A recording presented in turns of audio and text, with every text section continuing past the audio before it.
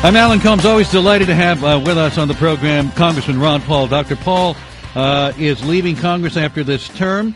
He served during the late 70s, early 80s, then returned in 1997 to represent the 14th Congressional District in Texas. 1988, he was the Libertarian Party candidate for president. Also the author of several books, including Challenge to Liberty, The Case for Gold, and a Republic, If You Can Keep It. By the way, you've done some great cookbooks, too. Oh, yeah, that's my wife did those, and we kid a lot about that.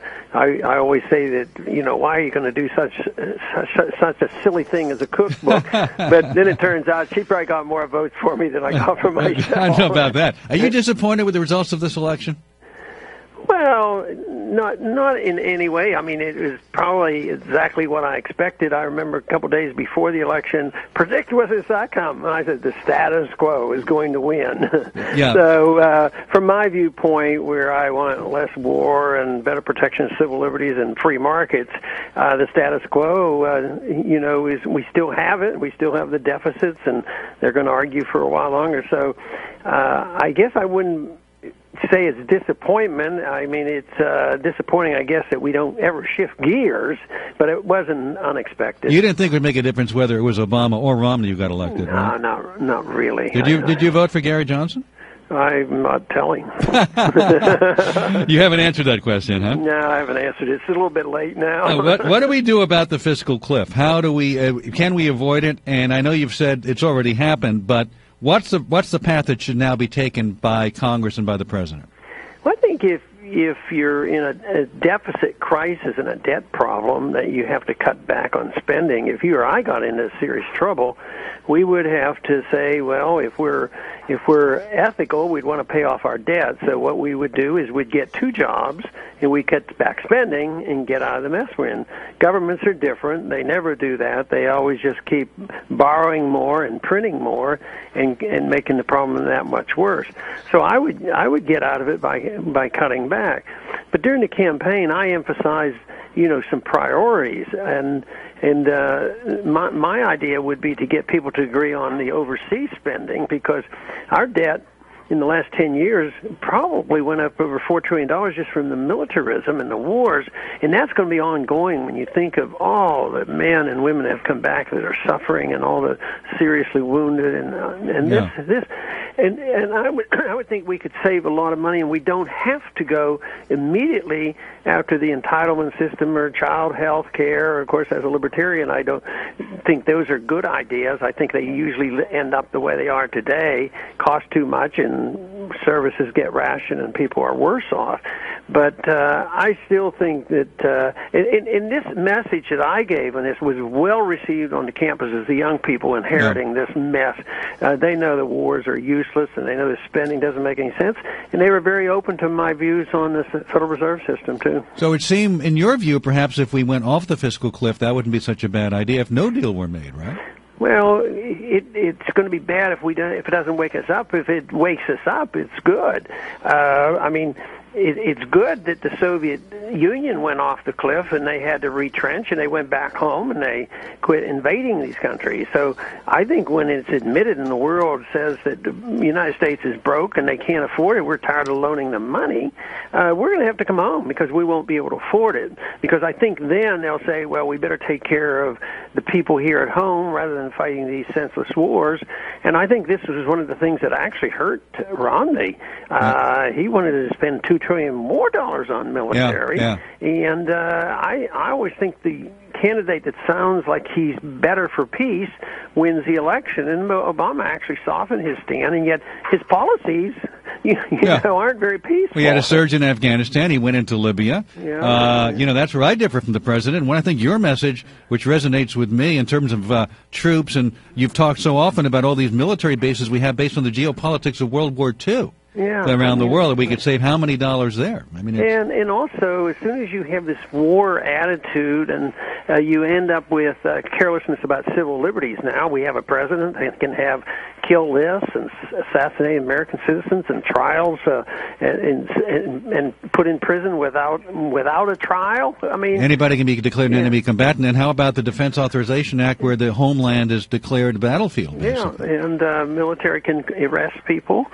So, but this is why I see, that there's too much bipartisanship. Both parties endorse the system. I mean, if people are honest with themselves, the foreign policy didn't change from Bush on to Obama. The civil liberties were abused by Bush, and they're abused by Obama.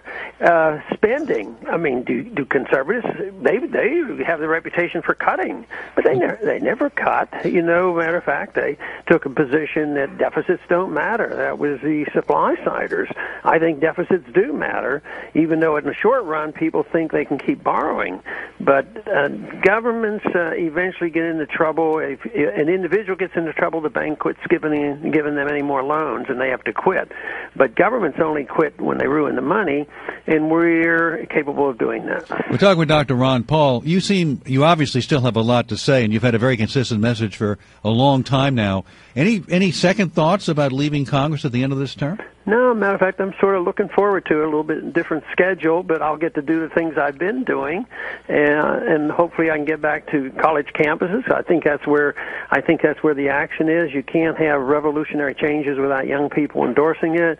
I believe they're very open to some of the many things I've talked about. But you obviously want to still be part of the political discussion. You want to be part of the dialogue that's going on. Yeah, at least on policy. I have a foundation, and the foundation is going to concentrate on foreign policy.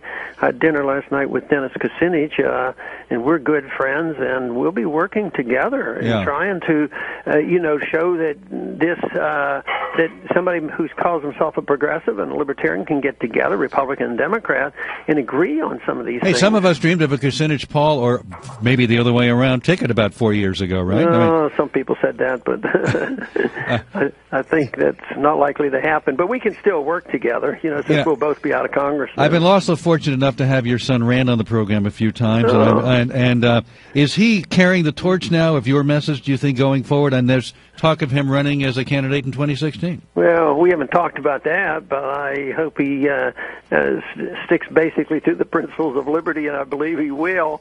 But it has to be more than Ron Paul and Rand Paul. I mean, if this is significant, you have to have literally thousands of people involved, and you have to have an intellectual change. And that's what I'm interested in more than the politics, and that's probably why I never became a major committee chairman, because I was sort of bored with that. But hopefully a few people got to thinking about monetary policy and foreign policy. Let me ask you about the secession movement, and your belief is that it's patriotic, in fact, and it's called for in our founding documents that states certainly have the right to speak up. But are you surprised by the number of people who've signed petitions on the White House website since the election? Yeah, a little bit. It just seemed like that popped out of nowhere. But many of us have believed, and if people read history honestly, it was sort of understood. But the numbers of people signing up, that sort of surprised me. But those people who try to paint us as a little bit off the wall by saying yes, the principle of secession should be there, we should be able to leave. I wonder what they would say about, what if Greece today wanted to leave the European Union? Do we say that the European Union ought to invade Greece and destroy them, and kill them all because they're leaving? So do you have empathy or sympathy, at least, for those who want to secede and for states who might? Oh yeah, I think that principle is a very good principle. But one thing where I get hesitant about it, because I don't take the position that Texas should succeed, I'm not going to lead that, because you have to look at what the states are doing. Maybe the state officials are going to abuse the system just like in the federal government, so you have to know what you're substituting it for. So for me, it's more important to understand free market principles and why we don't need these wars and why we have a government that protects civil liberties. And if, the states can be very abusive too. Yeah. We only have a moment left. Let me take a quick call here for Ron Paul. Rob in San Jose. Go ahead, Rob. Quickly, go ahead. Hi, yes. First of all, I just want to say that I so wish that Dr. Paul would have been the nominee. Actually, I wish he would have been the third-party nominee, which leads me to my question. What can we do to get a viable third party in this country? Because the two parties are just right. Okay, we're only about 30 seconds here. Let's get an answer. Go ahead. Thank you, Rob. That would be nice, and I've worked in that area. I've tried to change the rules, but it's not going to happen in the near future because the Republicans and the Democrats write out the rules. Guess who runs the debates? The Republican and Democratic Party. So it's very biased. You can't get on the ballots. You don't get recognized by the media. And that was Gary Johnson's frustration, I'm sure. Oh, yeah. I mean, it's just we go over and send kids overseas and get killed trying to promote democracy, and there's a lot of shortcomings here in this country. That's my argument. We got to clean up our mess. Dr. Paul, I appreciate having you on very much. Thank you so much for being with us tonight. Good. Thank you so much.